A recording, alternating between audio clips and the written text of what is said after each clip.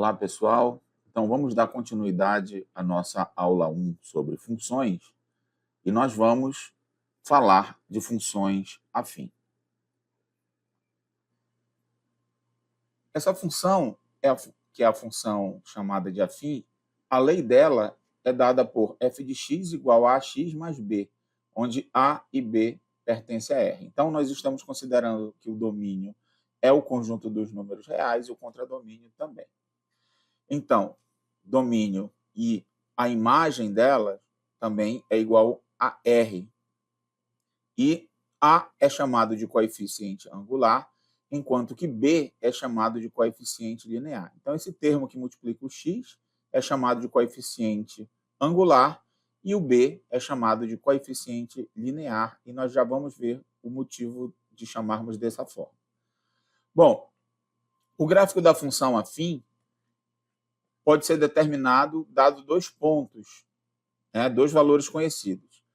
Bom, então note que essa função ela está da forma f de x igual a ax mais b. E eu tenho esses valores aqui. Eu tenho que f de 1 é igual a 12 e f de 2 é igual a 14. Então, o que eu faço? Vou substituir aqui na função. Então, eu vou ter que a vezes 1 mais b é igual a 12. O que eu estou fazendo? Estou substituindo essa informação. Quando o x for 1, o f de x é 12. Então, estou substituindo aqui. A vezes 1, que é o x, mais b, igual a 12, que é o valor da função quando x for 1. A mesma coisa aqui. A outra informação. A vezes 2 mais b é igual a 14.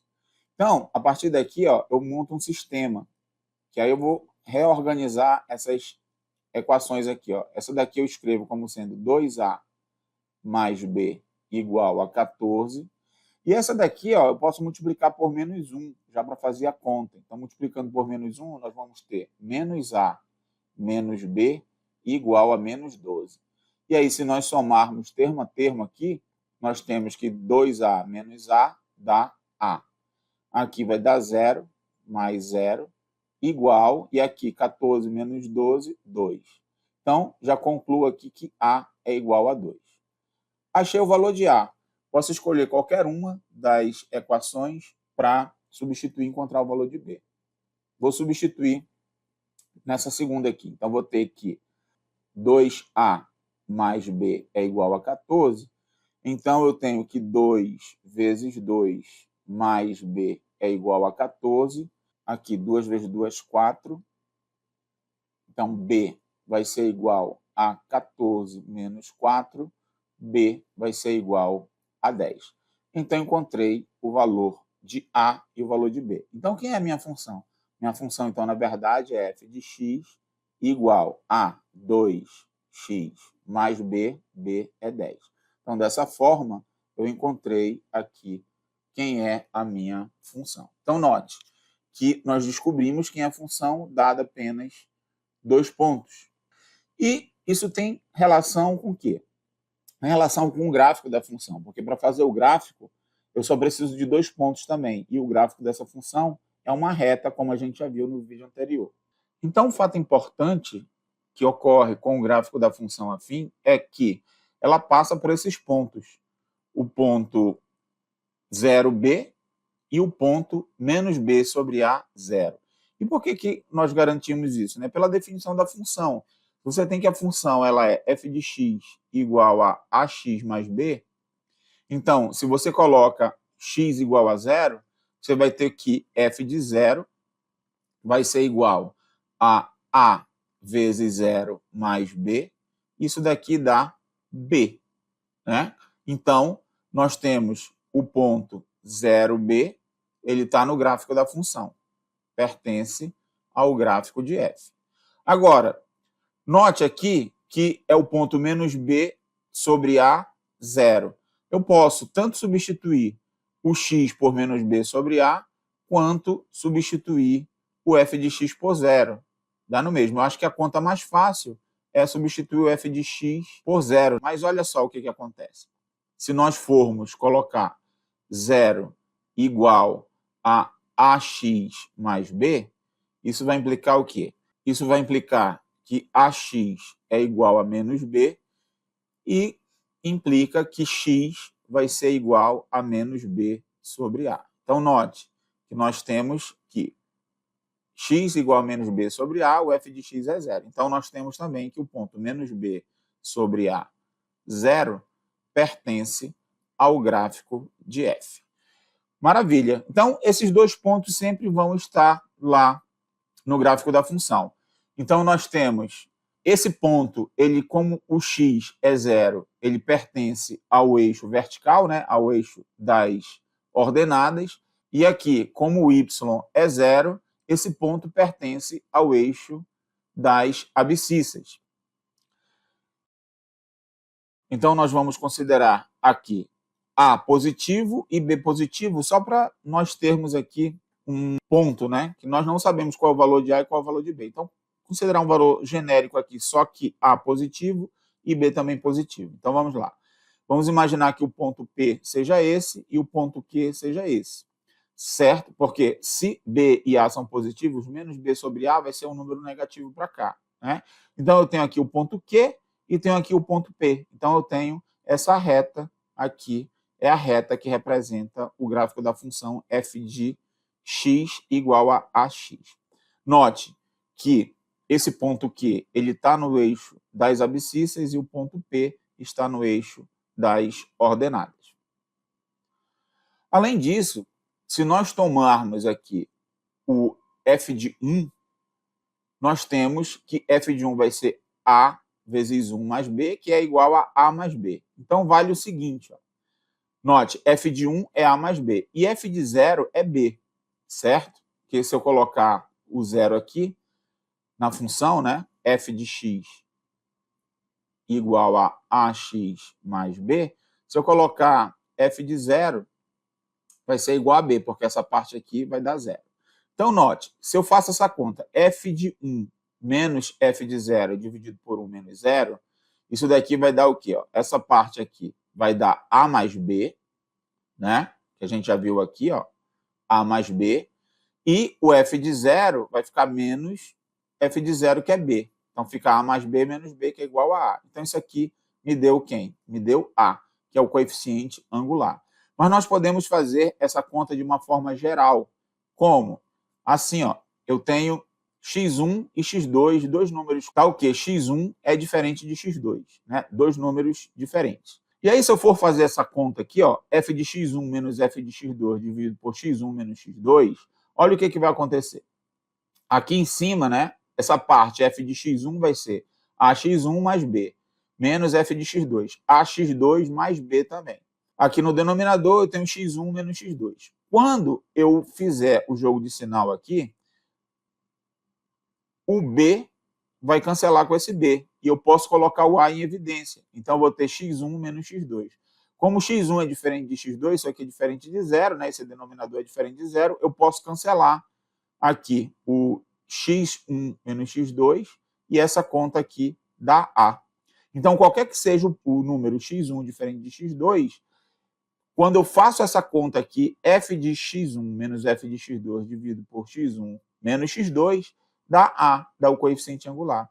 Então, esse coeficiente angular e essa continha aqui, né, ela é chamada de taxa de variação. Então, a taxa de variação é também o meu coeficiente angular aqui quando eu tenho uma função afim. Alguns casos especiais de função afim. Então, o caso geral, esse aqui, f de x igual a x mais b, mas se eu tenho a igual a zero, eu vou ter que essa parte aqui cancela e eu vou ter só uma constante b. Então, eu tenho que f de x igual a b é chamado de função constante. E aí, eu tenho o caso que o a é diferente de zero e o b é igual a zero. Então, nesse caso, essa parte aqui não tem, eu vou ter só f de x igual a ax. Ela é chamada de função linear. Ou seja, sempre o ponto 0, 0 está no gráfico da função. E aí, eu tenho um caso especial agora da função linear, que é quando a é igual a 1. Então, vou ter f de x igual a x, e nós temos aí a função identidade. Então, vamos lá no caso da função constante. Então, se eu tenho b positivo, por exemplo, eu tenho aqui a função constante. É uma reta horizontal passando aqui na altura B. Aqui é a altura B, aqui seria o valor B. Se é um valor negativo, vai estar aqui abaixo desse eixo das abscissas, e eu teria aqui valor negativo para B. Agora, se eu tiver o B igual a zero, eu tenho exatamente essa reta aqui, ó, que vai ser uma reta que vai coincidir com o eixo x, para B igual a zero. Agora, a função linear. Se eu pego aqui um valor de A positivo, ela vai estar inclinada aqui para a direita. E se eu tenho um valor de A negativo, ela vai estar inclinada para a esquerda, mas em ambos os casos elas passam pela origem. E quando eu tenho o A igual a 1, eu tenho essa função aqui que é chamada função identidade. E por que ela recebe esse nome de função identidade? Porque o que entra nela é o que sai. Se eu colocar, por exemplo, o número 1 aqui, a função vai ser levada no 1. Se eu colocar o número 3 aqui, ela vai ser levada no 3. Se eu colocar um número x qualquer, o f de x é igual a x. Então, essa é a função identidade. O que entra nela é o que sai. Agora vamos para a função quadrática. Na função quadrática, agora nós temos 3 coeficientes, A, B e C, números reais. E nós exigimos que o A seja diferente de zero. Então, a função f de R em R é tal que ax ao quadrado mais bx mais c é a forma dela. Note que A tem que ser diferente de zero, porque se A for zero, essa parte some, vai ser uma função que é uma função afim. Tem algumas pessoas, alguns autores que falam que a função quadrática é a função do segundo grau. E não é, tá? O correto é falar que ela é uma função polinomial do segundo grau. Então, falar que é só a função do segundo grau, função não tem grau. Aqui nós temos uma atividade que ela solicita que em cada uma das funções quadráticas definidas abaixo, determine seus coeficientes. Então, vamos lá.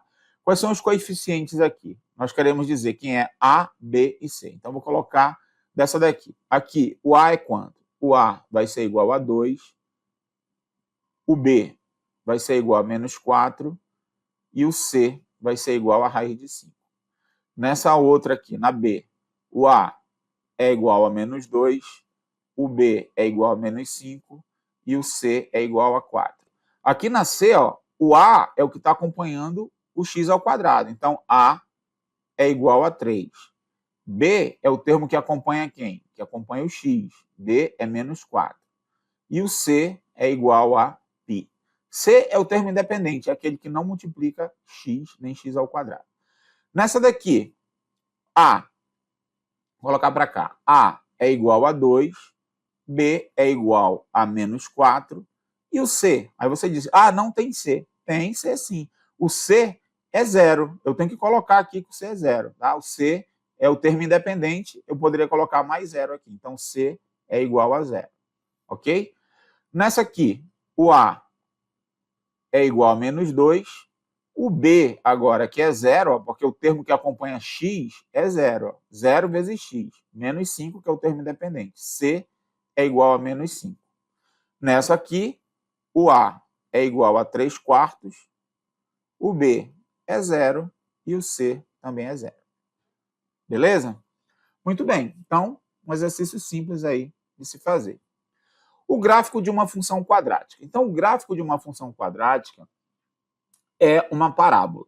Então, por exemplo, se eu tenho aqui uma função quadrática que ela está escrita como sendo f de x igual a x ao quadrado, está sendo dada a lei aqui, nós podemos construir o gráfico dela escolhendo alguns valores, como nós fizemos anteriormente no vídeo anterior. Então, eu escolho valores aqui. Esses valores eu escolhi aí de forma que ficasse simétrico. Então, eu escolhi menos 4 ao quadrado dá 16, então eu tenho menos 4, 16, um ponto.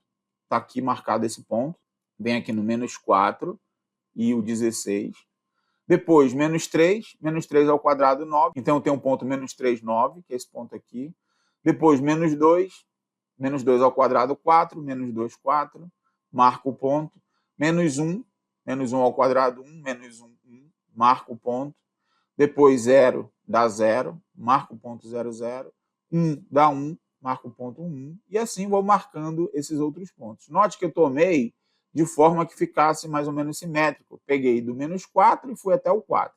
Não precisava marcar todos esses pontos, tá? É só para ter uma ideia do gráfico. E então eu faço o esboço de uma parábola. Então aqui eu tenho a parábola. Agora eu vou fazer o gráfico da função f de x igual a menos x ao quadrado. Agora eu vou fazer o gráfico da função y igual a menos x ao quadrado. Note que a minha função f de x ela é menos x ao quadrado. Então, f de menos 4 vai ser igual a menos 4 ao quadrado. Então, f de menos 4 vai ser igual a menos 4 ao quadrado dá 16. Então, note que aqui fica positivo, mas como tem o menos na frente, fica menos 16. Então, o f de menos 4 é menos 16. Então, ficou menos 4, menos 16. Então, eu venho aqui e vou marcar esse ponto, menos 4, menos 16, que é esse ponto aqui, certo? Bom, da mesma forma, o menos 3 vai dar menos 9. Então, marco o ponto menos 3, menos 9. O menos 2 dá menos 4, marco o ponto menos 2, menos 4. Depois, menos 1 vai dar menos 1, marco o ponto menos 1, menos 1. 0 dá 0, marco o ponto 0, 0. Depois, 1 vai dar menos 1, marco o ponto 1, menos 1. E vou marcando os demais pontos, até que eu tenho aqui todos os pontos marcados, eu posso, então, traçar o gráfico da função. Note que o gráfico agora deu uma parábola com a concavidade voltada para baixo. Ok? Bom, um ponto importante do gráfico de uma função quadrática é o vértice. Então, o vértice é um ponto que ele é bem interessante, ele ajuda a gente a resolver alguns problemas também, que é um ponto xv, yv, onde o xv ele é menos b sobre 2a e o yv é menos delta sobre 4a, onde o delta, lembrando que o delta é igual a b ao quadrado menos 4 vezes a vezes c. Você deve lembrar lá da fórmula de Bhaskara. Eu consigo marcar esse ponto aqui, ó. Esse aqui é o vértice. Então, nesse caso aqui, nós estamos considerando uma parábola que tem concavidade voltada para cima. E esse vértice aqui, ele vai mostrar para a gente o menor valor que a função assume aqui, que vai ser o YV. Então, esse Y do vértice aqui é o menor valor que a função assume, ou o maior valor que a função vai assumir. Imagine uma parábola com a concavidade voltada para baixo. Então, aqui eu vou ter o vértice, e esse vértice agora vai me dar o valor máximo da função, aqui o y do vértice. Então, se eu tenho uma função quadrática, essa minha função quadrática, eu tenho o maior valor possível, o máximo ou o mínimo dela, através do y do vértice. Esse vai ser o maior valor que ela vai assumir. E aí vai ser um valor de mínimo, se a concavidade estiver voltada para cima. Isso quer dizer o quê? Que o meu A é maior que 0. E máximo se a concavidade estiver voltada para baixo. Isso quer dizer o quê? Que A é menor que 0. Então, concavidade para cima, nós temos que a equação, né, da minha função, o f de x tem o A maior que 0. Quando eu faço lá f de x igual a ax ao quadrado mais bx mais c. Então, esse A aqui, ele sendo positivo, a concavidade vai estar para cima, eu tenho um ponto de mínimo. E se o A for negativo, a concavidade está para baixo, e eu tenho um ponto aqui que vai ter um valor máximo. Agora vamos falar de funções crescentes e decrescentes. Eu tenho que a função é crescente quando eu tomo um valor x1 maior do que x2 e isso implicar que o f de x1 é maior que o f de x2. A função é dita decrescente se acontecer o contrário. Eu pegar x1 maior que x2 e f de x1 é menor que f de x2. Vamos ver como é que é o comportamento dessa função afim aqui para ver se ela é crescente ou decrescente. Olha só. Quando eu pego a maior que 0 na função afim, eu vou ter aqui, por exemplo, um x1, que deu f de x1 aqui, e quando eu pegar um x2 menor que um x1, o f de x2 é menor que o f de x1. Então, nesse caso, nós temos que a função é crescente. Por quê? Aqui aconteceu que x1 é maior do que x2, implicou que f de x1 é maior que f de x2.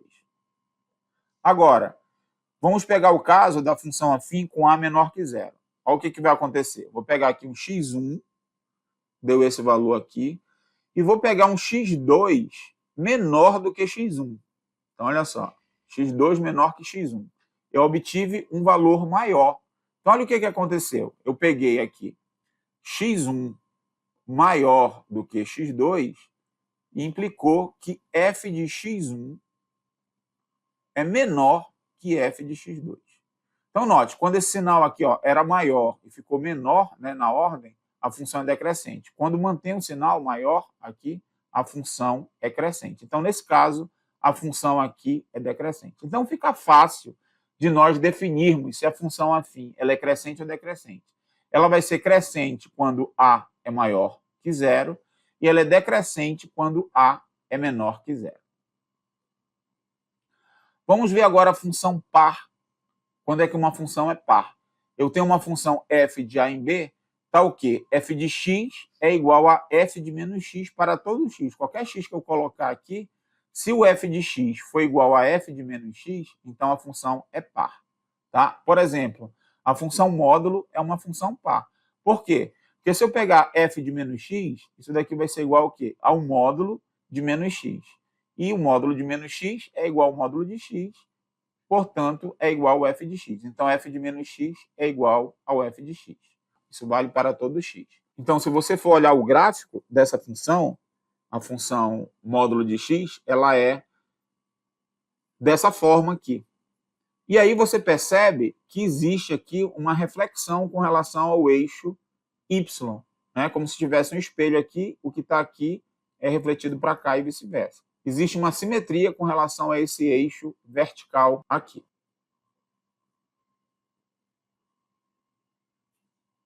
Um outro exemplo de função par. Vamos calcular o f de menos x. F de menos x vai ser igual a menos x elevado ao quadrado menos 1.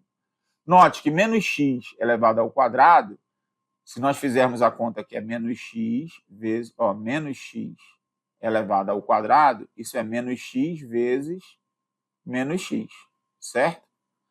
E isso dá o quê? Menos com menos dá mais, então vai ser x ao quadrado. Então, é x ao quadrado menos 1. Só que x ao quadrado menos 1 é o quê? É a própria função f de x. F de x. Portanto, f de menos x é igual a f de x e, portanto, f é par. Então, f realmente é uma função par. Então, é isso que está escrito aqui. F de menos x vai ser igual a f de x para todo x. E nós podemos analisar também o gráfico, né? Como é que é o gráfico dessa função? É esse aqui, ó, essa parábola. Então, você percebe que existe uma simetria aqui com relação ao eixo vertical. Vamos ver agora o que é uma função ímpar. A função ímpar, f de a e b, é tal que f de menos x é igual a menos f de x para todo x pertencente a A. Então, um exemplo é a função f de x igual a x ao cubo. Ela é ímpar, porque olha só o que acontece. Vou calcular aqui, ó, f de menos x. O que é? F de menos x vai ser menos x elevado ao cubo. Isso aqui é o quê? É menos x vezes